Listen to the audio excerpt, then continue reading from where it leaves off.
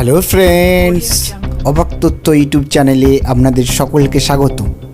এই ব্যক্তিটিকে টাইটেল দেখে হয়তো বুঝতে পেরেছেন। এর পুরো নাম হলো পাবলো এমেলিও এসকোবার গাভেরিয়া। খুবই ধনবান ছিলেন।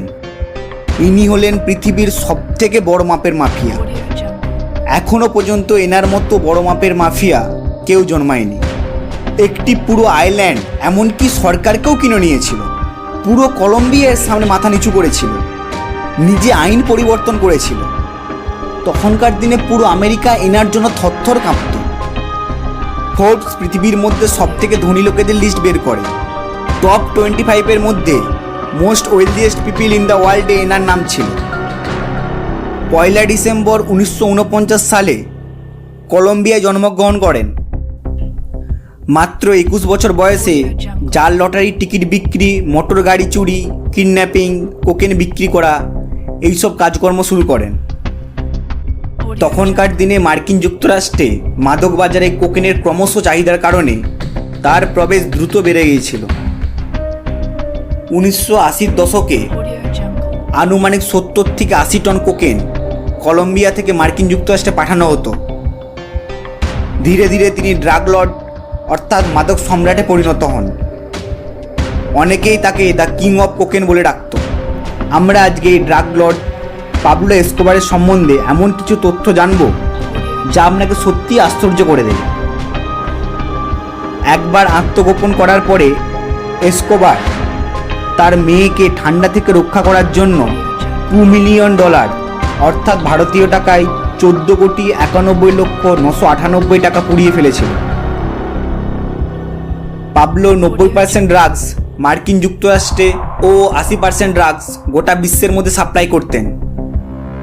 প্রতিদিন 15,000 কেজি কোকেন আমেরিকাতে পাঠানো হতো। বছরে 5,40,000 কেজি। তখন 1 কেজি কোকেনের দাম ছিল $70,000। অর্থাৎ এক বছরে এসকোবার $378 বিলিয়ন কোকেন সাপ্লাই করত। এসকোবারের পুরো টাকাটায় হার্ড ক্যাশ ছিল এবং টাকাগুলি বাঁধার জন্য প্রতিদিন $1,000 রাবার ব্যান্ড লাগতো। তাহলে মাসে $3,000 এবং বছরে $36,500 রাবার ব্যান্ড লাগতো। 1992 সালে তার সম্পত্তির পরিমাণ ছিল $300 কোটি।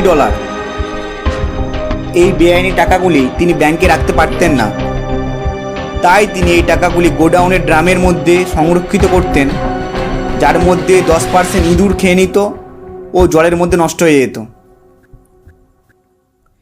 এই ছবিটি খুবই বিখ্যাত কেন জানেন? আপনি যখন জেলে যান তখন আপনার ফটো তুলে একটা আইডেন্টিফিকেশন নাম্বার দিয়ে দেয়। ড্রাগ সাপ্লাই করতে গিয়ে ধরা পড়ার জন্য মাত্র 26 বছর বয়সে জেলে গিয়েছিলেন। এই ছবিটায় আপনি দেখতে পাচ্ছেন যে পাবলো হাসছে। আপনি কখনো যদি জেলে যান তাহলে কি আপনি হাসবেন? জানেন ড্রাগসের কত ভয়ানক সাজা হয়? 15 বছর আপনাকে জেলে থাকতে হবে। এত ভয়ানক সাজা জেনেও কেন হাসছেন জানেন? পাবলো জানে যে তার কেউ কিছু করতে পারবে না। এত টাকা আছে তার। পুরো জাজদের কিনে নিয়েছিলেন, এমনকি সরকারকেও কিনে নিয়েছিলেন। 4,000 লোককে হত্যা করার জন্য তিনি দায়ী ছিলেন। তার মধ্যে ছিলেন 200 জন বিচারক, 1000 জন পুলিশ, কিছু সাংবাদিক ও সরকারি কর্মচারী। এই জেলটি দেখতে পাচ্ছেন, এটি পাবলো নিজস্ব জেল। কলম্বিয়ান সরকারের সাথে চুক্তি অনুসারে এসকোবার বিল ক্যাটারাল নামে একটি বিলাসবহুল কারাগার তৈরি করেছিলেন, যা তার নিজের অনুগত দাসদের দ্বারা রক্ষিত ছিল। শর্তাবলী এটা ছিল যে এসকোবারকে নিজের কারাগারে রাখতে হবে এবং কলম্বিয়ান সরকার তাকে কখনোই যেন মার্কিন যুক্তরাষ্ট্রকে হস্তান্তর না করে। কারাগারটি কোনো জেলের মতো নয়। এর ভেতরে ছিল একটি ক্যাসিনো, স্পা ও নাইট ক্লাব। বিল ক্যাটারাল পরে পরে আরও ড্রাগ ও হত্যার কেন্দ্রবিন্দুতে পরিণত হয়। 2 ডিসেম্বর 1993 সালে কলম্বিয়ার এন্টিওকুয়া মেডেলিনে কলম্বিয়ান পুলিশ মাথায় গুলি করে হত্যা করেছিলেন।